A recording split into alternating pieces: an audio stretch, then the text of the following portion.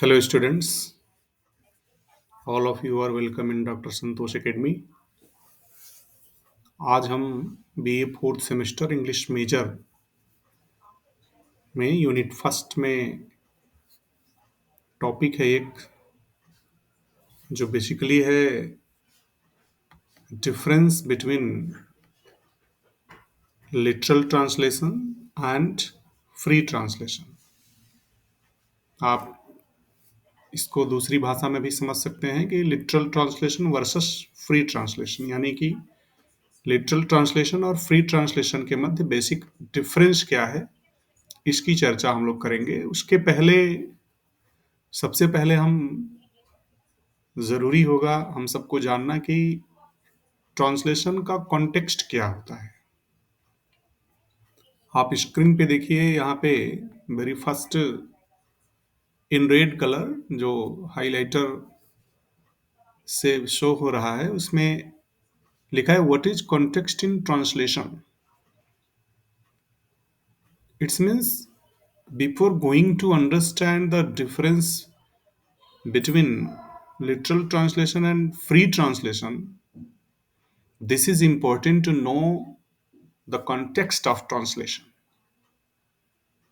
So, all of you should focus on the content that is based on the context of translation. Student, context refers to the situation, culture, and meaning surrounding a word, phrase, or sentence. यानी कि जो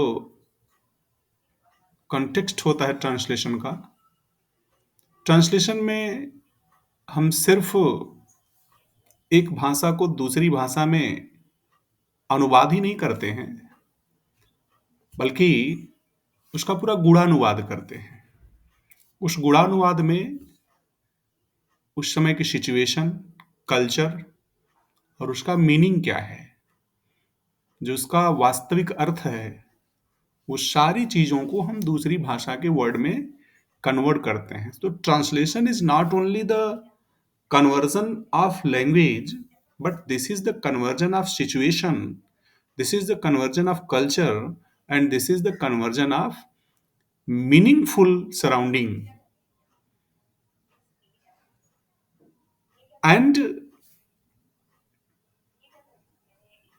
it includes the linguistic context, situational context, and cultural context. आप समझ सकते हैं कि जब translation होता है तो तीन महत्वपूर्ण बातें उस ट्रांसलेशन में आती हैं।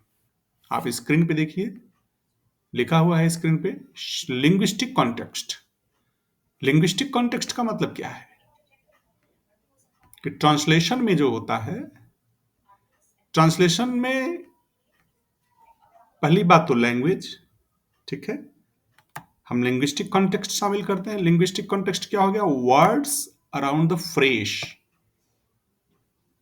ये लिंग्विस्टिक कॉन्टेक्स्ट है, यानी कि किस तरह के शब्द का हम प्रयोग करेंगे किसी एक भाषा को दूसरी भाषा में ट्रांसलेट करने के लिए। दूसरी बात आती है सिचुएशनल कॉन्टेक्स्ट। सिचुएशनल का मतलब where and how it's used, मतलब कैसे और कहां पे उस शब्द का प्रयोग होगा जिस शब्द को हम ट्रांसलेशन में प्रयोग करते हैं। ये सिचुएशन होता है, यानी कि सिचुएशन किसका बोध कराता है? Where means time, how means style. Third is cultural context. Cultural context focus on custom, tradition and idioms।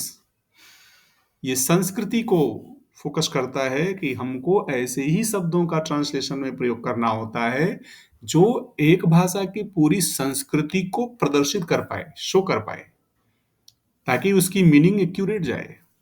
ऐसा ना हो कि हम उसको ऐसी परिस्थिति में ऐसे शब्दों के साथ अनुवाद कर दें जिस शब्द का अर्थ कुछ और होता है, अर्थात वास्तविक अर्थ न निकल पाए। आप देखिए, यहाँ पे एक एग्जाम्पल दिया गया है। इंग्लिश का एक वर्ड यहाँ पे है बैंक। ये जो मैरून कलर में बैंक लिखा हुआ है, यहाँ पे आपको समझ में आ जाएगा कि लिंग्विस्टिक, सिचुएशनल और कल्चरल कॉन्टेक्स्ट का बोध कैसे होता है। देखिए, बैंक का मतलब जो है, लिटरल ट्रांसलेशन जब हम बैंक का करेंगे, यानी कि शाब्दिक अनुवाद जब करते हैं, तो बैंक का मतलब होता है फाइनेंशियल इंस्टीट्यूशन। अब फाइनेंशियल इंस्टीट्यूशन का मतलब समझ रहे हो आप? एक ऐसी संस्था जहां पे वित्तीय कार्य होता है। वित्तीय कार्य का मतलब, जैसे बैंक जहां पे पैसा, फाइनेंशियल वित्तीय इंस्टीट्यूशन जहां पे वित्तीय कार्य होता है, धन से संबंधित, धन का रख रखाव। और बैंक मीन्स सिर्फ फाइनेंशियल इंस्टीट्यूशन नहीं होता, बल्कि रिवर बैंक भी होता है। बैंक मीन्स किनारा, यानी नदी का किनारा भी कहते हैं बैंक को। लेकिन अब ट्रांसलेशन के कॉन्टेक्स्ट में ये चीज कैसे बोध कराएगी? आप नदी के किनारे के लिए भी बैंक का प्रयोग करेंगे और एक फाइनेंशियल इंस्टीट्यूशन के लिए भी बैंक का प्रयोग करेंगे, but how the word will present the accurate context, सही कॉन्टेक्स्ट कैसे यूज होगा, इसके लिए सिचुएशनल कॉन्टेक्स्ट हो गया, यानी कि where and how it is used. अब रिवर बैंक के लिए यूज करेंगे तो वेयर हो गया, हाउ हो गया, कैसे, कहां पे, कल्चरल, कल्चरल का भी बोध है ना। तो लिटरल ट्रांसलेशन जो होता है, literal translation word to word होता है, सिर्फ शब्द का शाब्दिक अर्थ का प्रयोग किया जाता है उसमें। जबकि कॉन्टेक्स्ट में क्या होता है? Context need, I went to the bank to withdraw money. देखिए, कॉन्टेक्स्ट में जब हम यूज कर रहे हैं बैंक का, तो यहां पे सेंटेंस लिखा है I went to the bank to withdraw money. Withdraw money जब बात आती है, तो जाहिर सी बात है कि धन निकालने के लिए हम नदी के किनारे तो जाएंगे नहीं, बैंक में जाएंगे। तो ये यहाँ पे जो बैंक का यूज हुआ है, ये किस सिचुएशन का बोध करा रहा है? फाइनेंशियल इंस्टीट्यूशन का बोध करा रहा है, क्योंकि money is not withdrawn from the river, it is withdrawn only from the financial institutions. तो ये एक सिचुएशन है। यहाँ पे बैंक का कॉन्टेक्स्ट क्या होगा? फाइनेंशियल इंस्टीट्यूशंस के लिए। एक सेंटेंस और इसके जस्ट नीचे लिखा है, देखिए स्क्रीन पे, we sat by the bank of the river.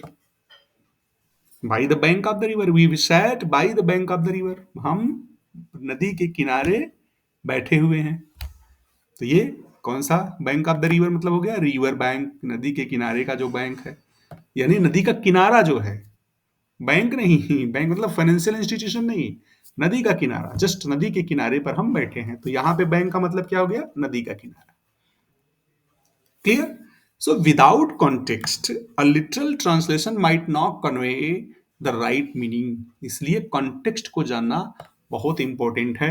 बिना context को समझे हम literal translation को सही अर्थ में प्रयोग नहीं कर सकते हैं। इसलिए we should have very good idea about the linguistic context, situational context, and cultural context whenever we are going to translate in concern of the literal translation. Clear? Second thing है, why context matters. Context matters कैसे करता है? आप screen पे देखिए, screen पे लिखा है why context matters. Context matter कैसे करता है? कॉन्टेक्स्ट का कहाँ कहाँ यूज होता है?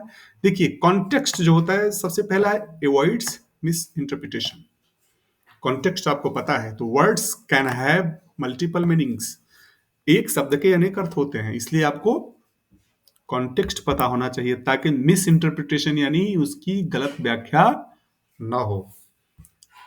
दूसरा कहाँ यूज होता है? Preserves tone emotion. Tone emotion, formal है, कैजुअल है, हार्मोनियस है या ह्यूमरस है, ये टोन, टोन का बोध कराता है, इमोशन का बोध कराता है। अगर आप शब्दों का प्रयोग नहीं समझ पा रहे हैं, कॉन्टेक्चुअल अंडरस्टैंडिंग नहीं है, तो वर्ड आप फॉर्मल यूज कर रहे हैं कि कैजुअल यूज कर रहे हैं कि ह्यूमरस यूज कर रहे हैं, उसका बोध क्या होगा ये क्लियर नहीं हो पाएगा। इसलिए कॉन्टेक्स्ट बहुत अनिवार्य होता है।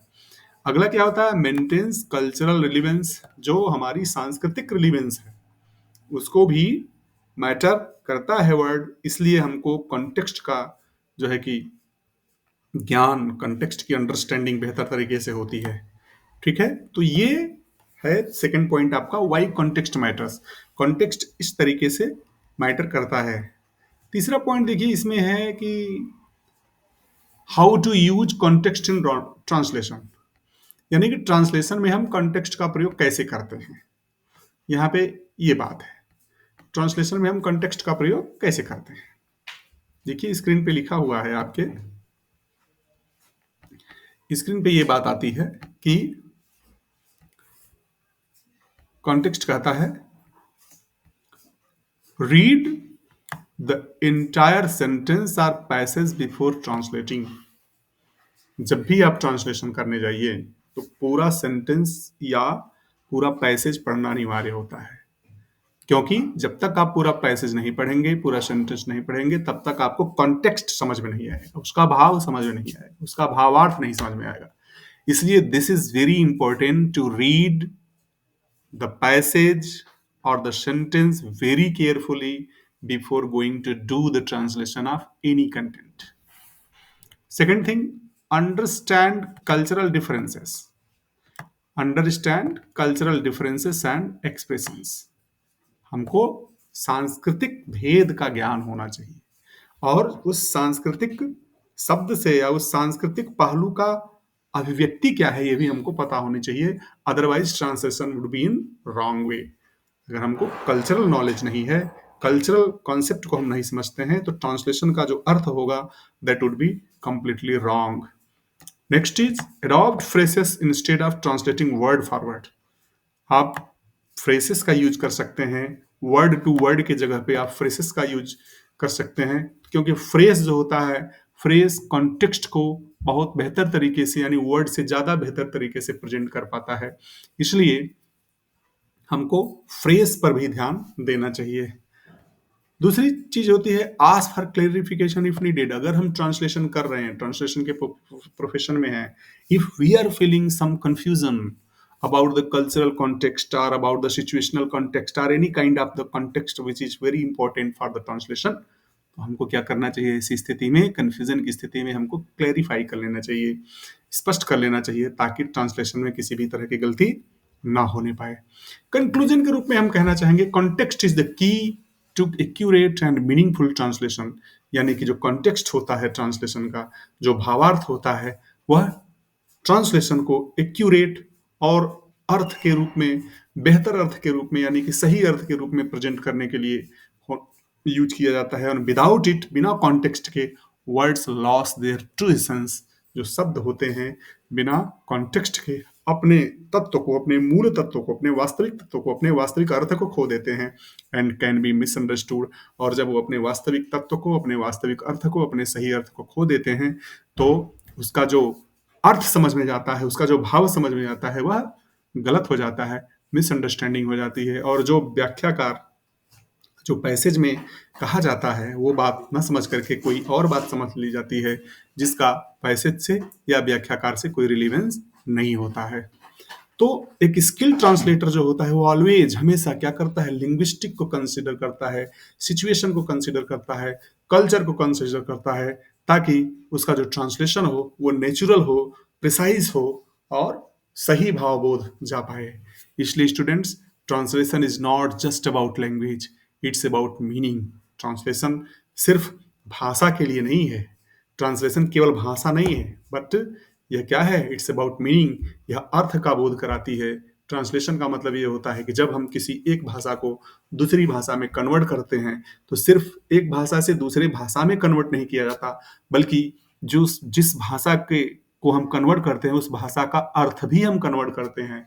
तो उस भाषा का जो अर्थ होगा वह कभी भी गलत नहीं होना चाहिए, अर्थात अर्थ तो वही रहे, लेकिन भाषा का यहाँ पे बदलाव हो जाता है। ये हमेशा आपको ध्यान देना चाहिए कि translation converts the language, not the meaning.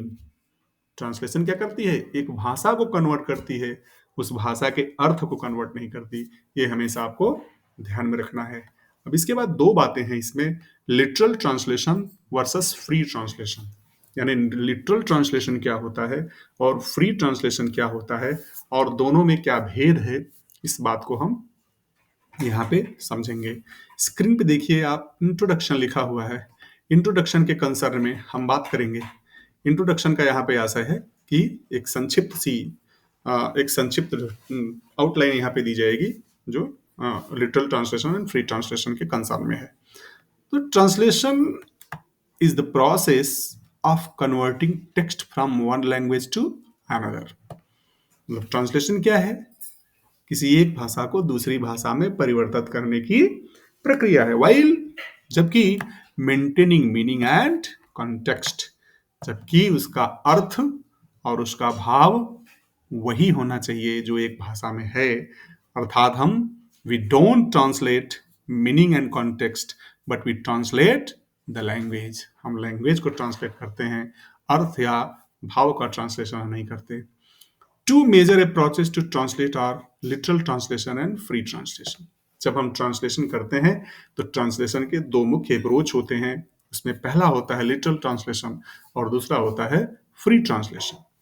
अब हम चलेंगे कि ये दोनों अप्रोच क्या होते हैं, इनका हम बोध करेंगे। यहाँ पे लिटरल ट्रांसलेशन के संबंध में देखिए, लिटरल ट्रांसलेशन के संबंध में यहाँ पे बताया गया है कि literal translation is also known as word for word translation. यानी कि लिटरल का मतलब होता है शाब्दिक, तो शाब्दिक अनुवाद जो होगा वो क्या होगा? Also known as word for word translation, यानी एक शब्द का दूसरे भाषा में अनुवाद कर देना, यानी कि शाब्दिक अनुवाद होता है। Literal translation is the word for word translation, एक एक शब्द का दूसरे भाषा में अनुवाद कर देना। Follow the exact structure and words of the source language without major alteration. मतलब बिना किसी तरह का परिवर्तन किए। लिटरल ट्रांसलेशन में हम कोई परिवर्तन नहीं करते हैं, बल्कि प्रत्येक शब्द को दूसरे भाषा में हम कन्वर्ट कर देते हैं, ट्रांसलेट कर देते हैं। Word for word translation, word for word translation का मतलब यहाँ पे यही है कि एक भाषा को दूसरी भाषा में हम बदल देते हैं। इसका कुछ कैरेक्टरिस्टिक है, इसके गुण है। कैरेक्टरिस्टिक्स का मतलब यहाँ पे गुण है। पहला गुण क्या है? Preserve the original wording and grammar. हम हमेशा क्या करते हैं लिटरल ट्रांसलेशन में? ओरिजिनल वर्ड और ग्रामर, हम ग्रामर और शब्द दोनों का पालन करते हैं। प्रत्येक शब्द का हम अनुवाद करते हैं और ग्रामर के नियमों के अनुसार चलते हैं। तो लिटरल ट्रांसलेशन में this is very important to convert the words and follow the grammar. Second thing, sticks closely to the source text. Sticks closely to the source text. Source text का जो मैटर है उसके प्रति हम बिल्कुल क्या होते हैं? बहुत सेंसिटिव होते हैं। यानी कि हम जो शब्द का दूसरी भाषा में शब्द है, किसी एक भाषा के शब्द का दूसरी भाषा में जो शब्द है उसके प्रति हम बिल्कुल स्टिक होते हैं, उसको हम पूरा वहां पे यूज करते हैं। तीसरा कैरेक्टरिस्टिक है इसका, प्रायोरिटाइज सिक्योरेसी ओवर रीडेबिलिटी। हम एक्यूरेसी का पूरा ध्यान देते हैं, किसी भी तरह की वहां पे गलती नहीं होनी चाहिए। अगली बात करते हैं, often used for technical legal and scientific document. और हम ये जो लिटरल ट्रांसलेशन होता है हम प्रायः किसमें? तकनीकी के क्षेत्र में, कानून के क्षेत्र में और वैज्ञानिक साइंटिफिक डॉक्यूमेंट्स जो होते हैं इनके क्षेत्र में हम प्रायः लिटरल ट्रांसलेशन का प्रयोग करते हैं। ठीक है। अगली बात, इसमें एक एग्जाम्पल्स के अनुसार समझाया गया है लिटरल ट्रांसलेशन को, जो काफी समझने में आपको आसान हो जाएगा। लिटरल ट्रांसलेशन के संदर्भ में देखिए यहाँ पे एक एग्जाम्पल मैंने यूज किया है। जैसे इंग्लिश का सेंटेंस लिखा है, it's raining cats and dogs. ठीक है, it's raining cats and dogs. अब लिटरल स्पेनिश ट्रांसलेशन जब होगा, ठीक है, ये इंग्लिश में है it's raining cats and dog. अब इसका लिटरल स्पेनिश ट्रांसलेशन हुआ है। स्पेनिश ट्रांसलेशन जब हुआ तो इसको क्या है? स्टा लेविंडो गॉड्स पेयर्स doesn't make sense in Spanish. ये सेंस का यूज नहीं करता है स्पेनिश में, है ना। और करेक्ट इसका ट्रांसलेशन क्या होगा? इसका जो करेक्ट ट्रांसलेशन है उसको कहते हैं स्टा लेविंडो अ कैंटरॉस इट्स पोरिंग रेन। ठीक है ना। यहां पे कहते हैं it's raining cats and dog का मतलब कि जबरदस्त बारिश हो रही है, बहुत तेज बारिश हो रही है। कैट्स एंड डॉग का मतलब यहाँ पे कुत्ता और बिल्ली नहीं है। It's raining cats and dogs का मतलब भयंकर बारिश हो रही है।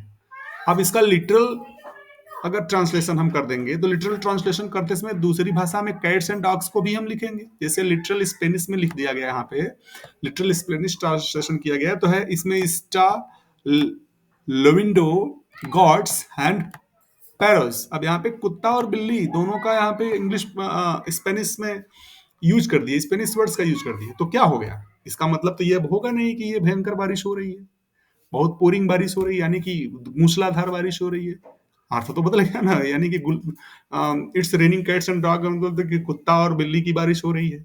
इसका तो लिटरल स्पेनिश ट्रांसलेशन का मतलब तो जो यहाँ पे है, इसका तो मतलब हो गया कि यह कुत्ता और बिल्लियों की बारिश हो रही है। तो पूरा ट्रांसलेशन क्या हो गया? गलत हो गया, क्योंकि कॉन्टेक्स्ट गलत हो गया इसका। और कॉन्टेक्स्ट क्या है? इंग्लिश का कॉन्टेक्स्ट ये है कि it's raining cats and dogs का मतलब मूसलाधार बारिश हो रही है। तो ये जो सेकेंड लाइन में यहाँ पे लिटरल स्पेनिश ट्रांसलेशन है, ऐसी स्थिति में लिटरल ट्रांसलेशन गलत हो जाता है। तो हमको क्या समझना होगा? कॉन्टेक्स्ट, सिचुएशनल कॉन्टेक्स्ट, सिचुएशन क्या है, ठीक है। करेक्ट ट्रांसलेशन के लिए देखिए इसमें बनाया गया है, स्पेनिश में ही लिखा है, इस करेक्ट ट्रांसलेशन किया है, स्टा लेवरिंग कंट्रास इट्स पोरिंग रेन, यानी कि ये भयानक बारिश, मूसलाधार बारिश हो रही है। तो ऐसी स्थितियां लिटरल ट्रांसलेशन में आती हैं। लिटरल ट्रांसलेशन में हम जो है कि वर्ड टू वर्ड ट्रांसलेशन तो जरूर करते हैं, ग्रामेटिकल रूल्स का प्रयोग तो जरूर करते हैं, लेकिन इसमें इस तरह की मिस्टेक्स होती हैं। इसलिए we should have very good knowledge about the situation, we should have very good understanding about the culture, and we should have very good understanding about the context. ऐसी परिस्थिति में यानी कि लिटरल ट्रांसलेशन में क्या चैलेंजेस आते हैं? May result in awkward और अननेचुरल सेंटेंस, जैसे हो जाता है ऑकवर्ड या अननेचुरल आ सकता है। जैसे देखिए यहाँ पे लिटरल में जब हम किए हैं तो अननेचुरल आ गया है कि कैट्स और बिल्ली की बारिश कैसे हो सकती है, कैट्स और डॉग्स की बारिश, this is not possible, this is unnatural sentence. तो ये प्रॉब्लम आती है। कल्चरल एक्सप्रेशंस एंड एडियम्स में लॉस मीनिंग, कल्चरल एक्सप्रेशंस यानी कि ये अपना अर्थ खो सकते हैं, लॉस मीनिंग्स। नेक्स्ट है may not convey intended emotions और नॉसेंस, यानी कि जो इमोशन है, जो भाव है, वह हो सकता है कि लिटरल ट्रांसलेशन में प्रेजेंट ना हो पाता हो, इसलिए लिटरल ट्रांसलेशन के कुछ चैलेंजेस भी हैं। अब दूसरा पॉइंट ऑफ व्यू है इसमें आपका फ्री ट्रांसलेशन की। फ्री ट्रांसलेशन क्या होता है? फ्री ट्रांसलेशन में students, this is also very important. Free translation को हम पहले डिफिनेशन पढ़ेंगे, जैसा कि मैंने यहाँ पे डिफिनेशन लिखा है, देखिए। Free translation also called sense for sense translation, यानी यहाँ पे भाव का ट्रांसलेशन होता है। Free translation is based on sense, sense मतलब भाव, वाक्य का भाव क्या है, पैराग्राफ का भाव क्या है ना, स्पीच का भाव क्या है, तो हम भाव का ट्रांसलेशन करते हैं। It focus on conveying the meaning and intent of the original text rather than adhering to exact words. यानी हम उसी शब्द का दूसरी भाषा में प्रयोग करने के बजाय हम उस वाक्य के, उस पैराग्राफ के, उस सेंटेंस के, उस बात के भाव को फोकस करते हैं। यानी कि free translation is the translation of meaning, the translation of sense. Okay, इसका गुण क्या होता है? Characteristics, prioritise readability and fluency. हम यहाँ पे किसको महत्व देते हैं कि जब हम ट्रांसलेशन करें तो वो पठन योग्य हो, आसानी से पढ़ा जा सके, और फ्लुएंसी का मतलब उसमें धारा प्रवाहिता हो, उसके अंडरस्टैंडिंग में किसी भी तरह के मिसअंडरस्टैंडिंग का बोध न हो।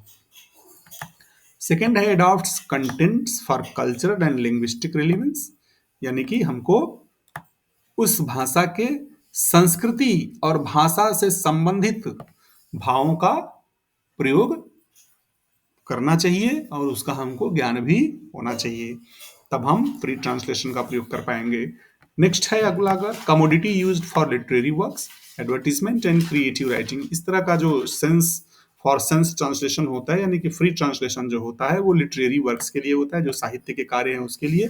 एडवर्टीजमेंट यानी कि जब प्रचार उचार के लिए जो कंटेंट लिखा जाता है उसमें यूज होता है। और क्रिएटिव राइटिंग्स यानी कि जो रचनात्मक लेख वगैरह होते हैं उसमें भी हम फ्री ट्रांसलेशन का प्रयोग करते हैं। एग्जाम्पल्स के लिए देखिए हम बता सकते हैं, जैसे यहाँ पे है इंग्लिश में एक सेंटेंस लिखा हुआ है, इंग्लिश में वो सेंटेंस है जो कहता है out of sight out of mind.